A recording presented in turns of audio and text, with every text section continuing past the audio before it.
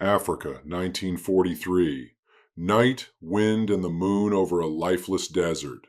Returning from a night raid over Italy, the brand new B-24 bomber Lady Be Good was crossing the Mediterranean Sea. It was the crew's first combat mission. 9 men, all young, tired, but confident that only 1 hour remained until their base in Salem on the Libyan coast. They didn't know that beneath them was no longer sea but sand, and every turn of the propeller led them deeper into the silence. Lieutenant William Hatton, the aircraft commander, an experienced pilot with a cold face, looked at the instruments. The needles were trembling. The radio communication was breaking up. Next to him sat the co-pilot Robert Toner, calm, reasoned, always restrained, as if he himself were made of metal. Bent over the navigation table was David Hayes, the youngest, only 22. He didn't yet understand how far they had strayed. "Radio, try to get a signal," Hatton said. "Silence, sir. Not a single response," replied radio operator Vernon Moore. The sand beneath them reflected the moonlight. The pilots thought they were seeing sea waves. They flew over an airfield and went further, south, into the depths of the Sahara. In an hour, the fuel was dropping to 0. The commander understood. There was no base. The radio beacon was off. They had lost their direction. At 200 at night, he gave the order. "We jump." 9 figures tumbled into the void. Beneath them, darkness, wind, and the unknown. No one saw where they were falling. When the gunner, Sam Adams, was the last to leave the plane, he turned and saw the Lady Be Good disappearing into the darkness, without fire, as if dissolving into the night. In the morning, the sun rose and the sand flared up like a sea of fire. 9 men stood in the middle of the desert. All around, nothing. No hills, no tracks, no direction. Only the wind, which seemed alive. They had water for 1 day, no food at all. Hatton raised his binoculars. The horizon was clear. He said calmly, "We head north. The coast is there. Our people are there." They walked under the scorching sun, over sand that poured into their boots and burned their feet. During the day, the heat killed their breath. At night, the cold struck their bones. Toner recorded dates, distances, and temperatures in a small notebook. In his handwriting, they would later find the lines, "All alive, moving slowly, strength fading." On the 3rd day, they realized they were lost. Navigator Hayes said, "We've gone too far. This isn't the coast. This is the heart of the Sahara." No one answered. They knew. One by one, they began to fall behind. The first to fall was Gunner Adams, then radio operator Moore. The others carried their things, then discarded them, then moved on. William Hatton, always ahead, his step firm, as if he could order the sun itself to be silent. On the 7th day, the water ran out. Their lips cracked, their skin covered in salt. They no longer spoke, only breathed. At night, they walked. During the day, they lay under the parachutes, hiding from the sun. Hatton walked in front, holding a compass that no longer worked. On the 8th day, he stopped, looked up at the sky, and said quietly, "Lady, if you're still out there somewhere, bring us home." Those were his last words. A day later, the others lay down next to him. They didn't know that the real base was only 300 kilometers to the north. The desert had swallowed them all, without a trace, without a sound. Command noted, "Aircraft missing, crew presumed lost at sea." The search was called off after a week. But the Lady Be Good had not disappeared. She lay among the dunes, intact, almost untouched, as if she had simply fallen asleep.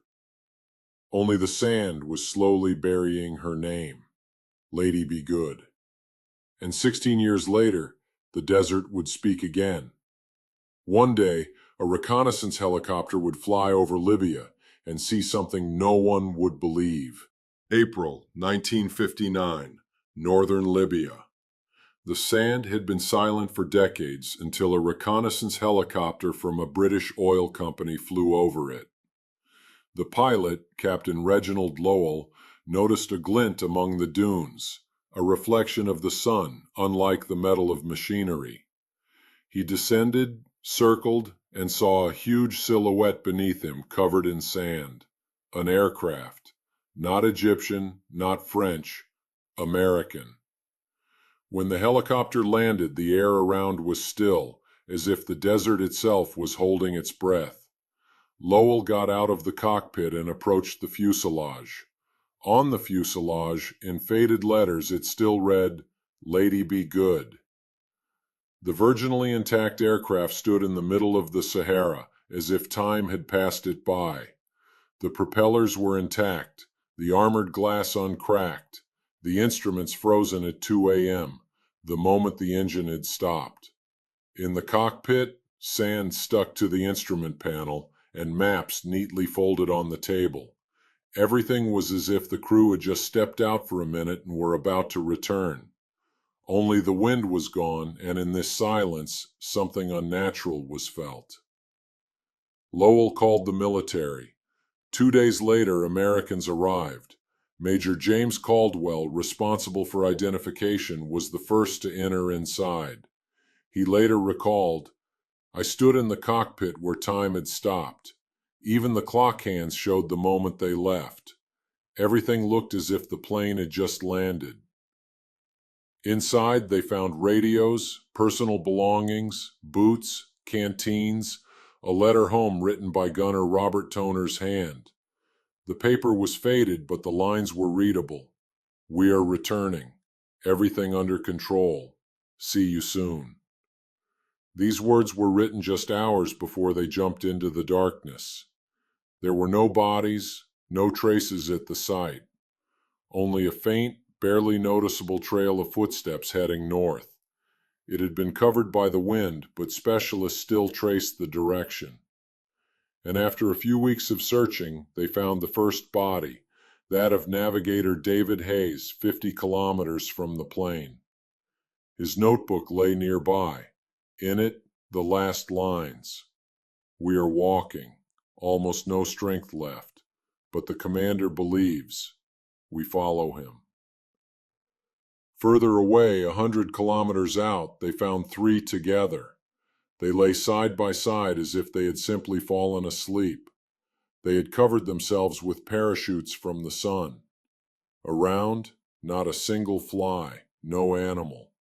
Only sand and dry air that had preserved the bodies like mummies. Everything looked unreal, like a picture painted by death itself. The last to be found was Hatton. He lay face up, with a frozen smile. In his hands, he still held the compass. Useless. Frozen. Next to him, his flight log, in which the last entry read, "Moving north. Don't stop. If anyone finds this, we tried." When everything was calculated, it turned out they had walked more than 130 kilometers through the desert, without water, without food, on a route that led to nowhere. They died just days away from rescue. At U.S. bases, they didn't talk about it for a long time. It was too terrible to admit that an entire crew had perished, not from the enemy, but from error and the invisibility of the desert. Researchers noted a strangeness. The plane hadn't crashed. It had glided until it ran out of fuel and landed perfectly, without an explosion, on a flat surface. Not a single engine was destroyed. Not a single bullet had pierced the fuselage, as if someone had carefully placed it on the ground. Pilots who inspected the machine said, "It stood there, as if alive. We expected the engines to start up any second." When the Lady Be Good was returned to the reports, her photograph circulated throughout the Pentagon. A dry caption under the photo: "Aircraft found. Crew died of thirst. Probable navigation error." But among those who were there, no one said the word error. They said, "She didn't want to die." The desert had taken 9 lives, but the plane itself remained standing, as a monument to a failure that became a legend. Since then, pilots flying over Libya said that sometimes, on moonlit nights, a quiet old call sign could be heard in their headphones. "Lady be good, returning to base."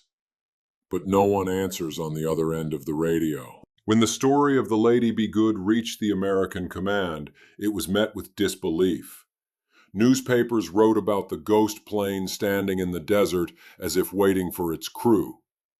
The Pentagon appointed a special team, engineers, historians, Air Force officers, to figure out how the plane could have survived 16 years under the sun and wind without falling apart. The team was led by Lieutenant Colonel Edward Rains, a veteran of flight tests. He believed neither in miracles nor in legends. In the spring of 1960, the team arrived at the site. They flew over the sea of sand and suddenly saw the plane, a lonely silhouette against the golden dunes. Approaching, even seasoned pilots fell silent. The fuselage glowed in the sunset rays, as if breathing. When the helicopters landed, the first gust of wind raised a cloud of sand, and from it emerged the letters, "Lady Be Good." The engineers inspected the plane all day. All 8 engines were intact. Even the propellers could rotate. In the cockpit, an undamaged map, a photo of Hatton's wife, a box of cigarettes, an unfinished canteen of water. On the instrument panel, the needles still showed fuel pressure, temperature, and course, as if the plane had simply frozen, waiting for a touch of a hand. When they boarded, Rains said quietly, "It feels like it's alive." They checked every part. There were no signs of a crash.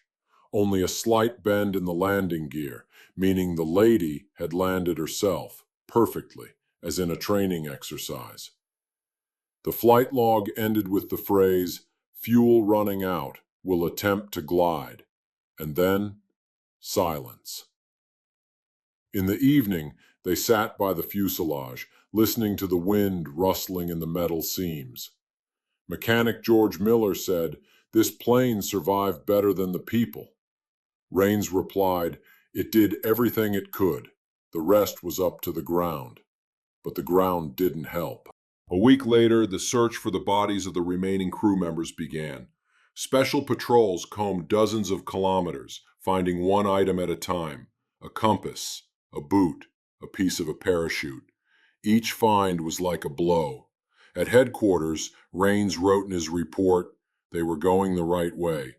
They were only betrayed by the belief that they were still over the sea."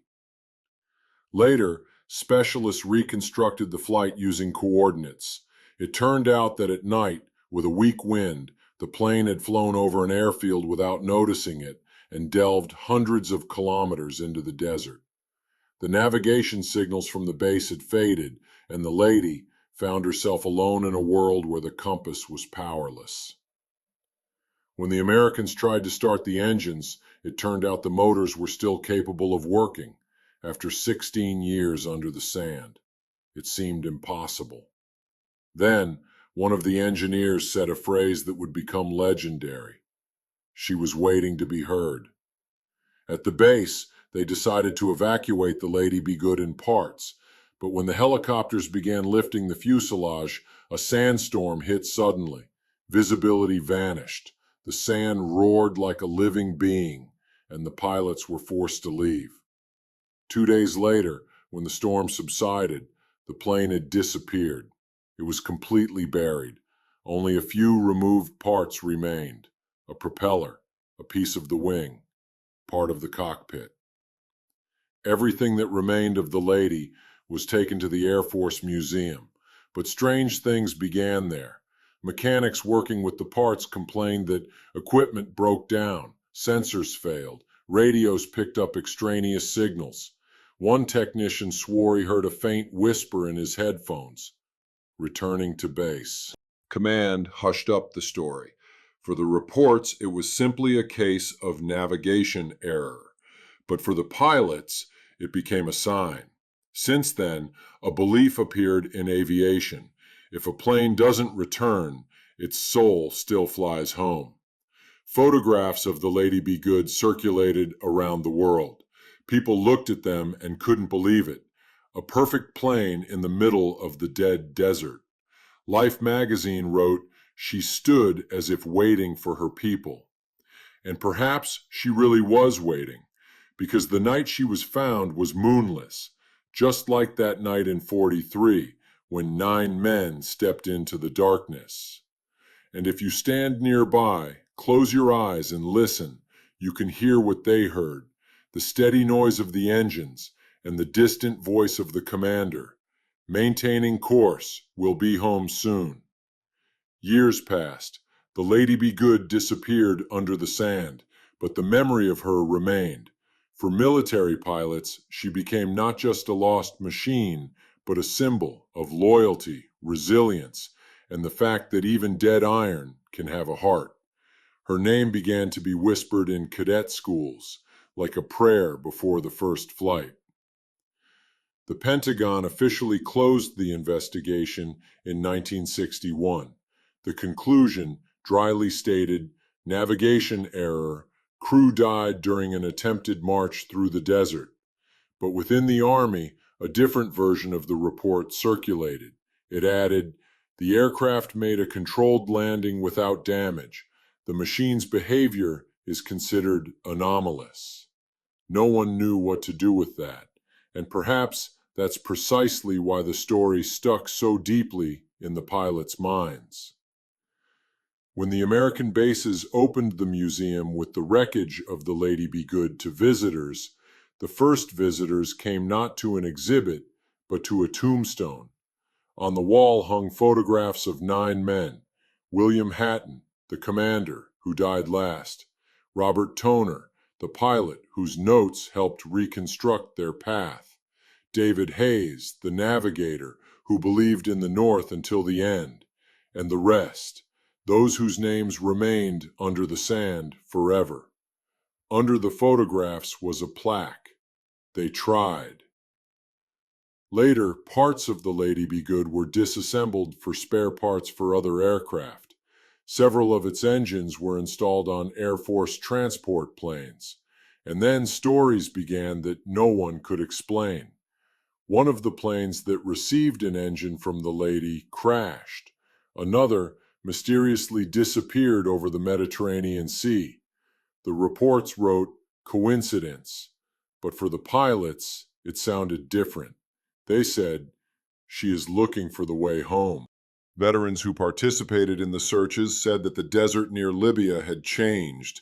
In the area where the Lady stood, the wind now almost always blows, steady, monotonous, like the noise of engines. Sometimes at night, the sand there glows in the moonlight, as if something is breathing beneath it. Tourists don't enter that square. Navigators often malfunction, and compasses show south when they should show north. In the 1990s, the story resurfaced when satellite images captured the outline of the fuselage under the sand. The Americans wanted to raise the plane, but local authorities forbade it. Let her remain where she found peace. And indeed, someone said then, Lady Be Good is not just a plane. It's a reminder that there are things that cannot be touched because they have become part of time itself. Since then, every year at one of the U.S. Air Force bases, a ceremony is held in honor of the crew. A mock-up of a B-24 stands on the parade ground, and next to it, 9 empty chairs. The cadets are told not about failure, but about determination, about people who did not give up, even when the earth ceased to exist. And at some point, this story ceased to be about death. It became about faith, about how even in complete darkness, a person moves forward until they fall, and that the plane, left alone in the desert, still waits for its own. Because home is not a place, but a promise made in the sky. Today, the Lady Be Good is visible again on satellite images, barely discernible under the waves of sand. And if you listen closely, you can hear the wind still taps on its skin, as if checking if it's alive. Maybe it's just the wind, or maybe it's the sound of 9 voices still returning home. And somewhere out there, among the sandy seas, an old call sign still sounds. Lady Be Good, returning to base.